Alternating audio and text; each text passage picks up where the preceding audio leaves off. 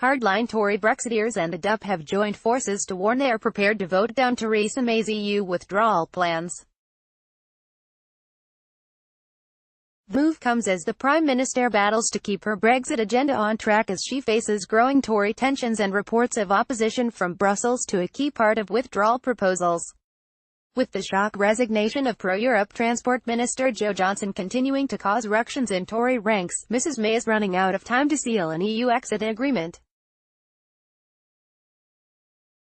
And in a stark warning to the PM, Tory Brexiteer Steve Baker, deputy chairman of the 80-member European Research Group, urged of Conservative backbenchers, and the DUP's Brexit spokesman, Sammy Wilson, said they would oppose any agreement which they thought threatened the Union and could put a trade border down the Irish Sea.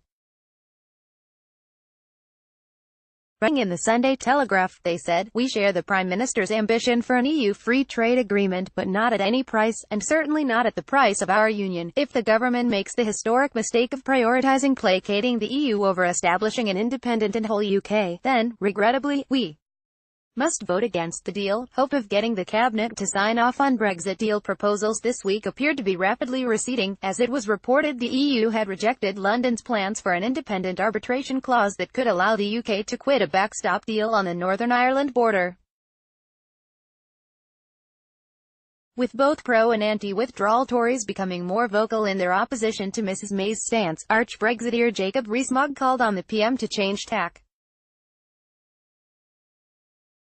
He urged Mrs May to end the deadlock by paying the EU £20 billion to secure a no-deal plus arrangement with the bloc after withdrawal.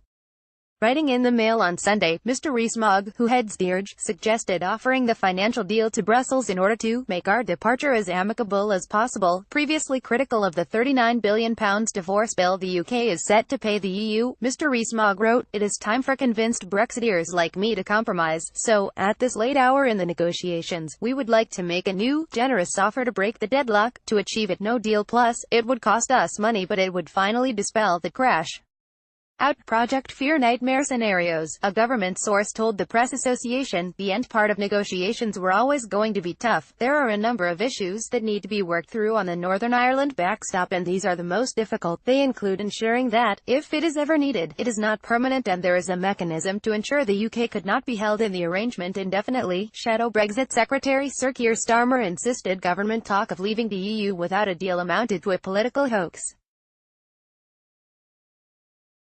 Writing in the Sunday Times, he said, "There is no duty on MPs to surrender to a bad deal. To do so would be to concede to a political hoax designed to threaten rather than persuade." Former Cabinet Minister Justine Greening, who shares Mr Johnson's view that a fresh referendum is needed, called on Tories to oppose the PM's Chequers proposals.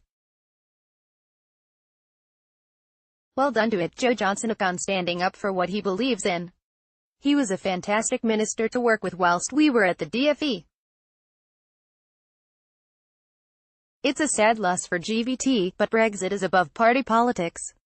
https://t.co/icotgdf11v, Justine Greening, at Justin Greening, November 9, 2018. She told The Observer, "The parliamentary deadlock has been clear for some time.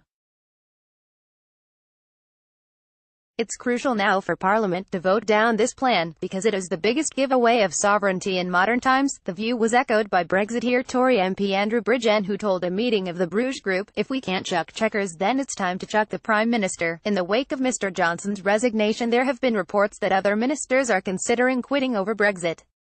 Brexiteers have insisted that the UK should not get involved with a potentially permanent backstop customs union agreement with the EU as the price of avoiding a hard border in Northern Ireland.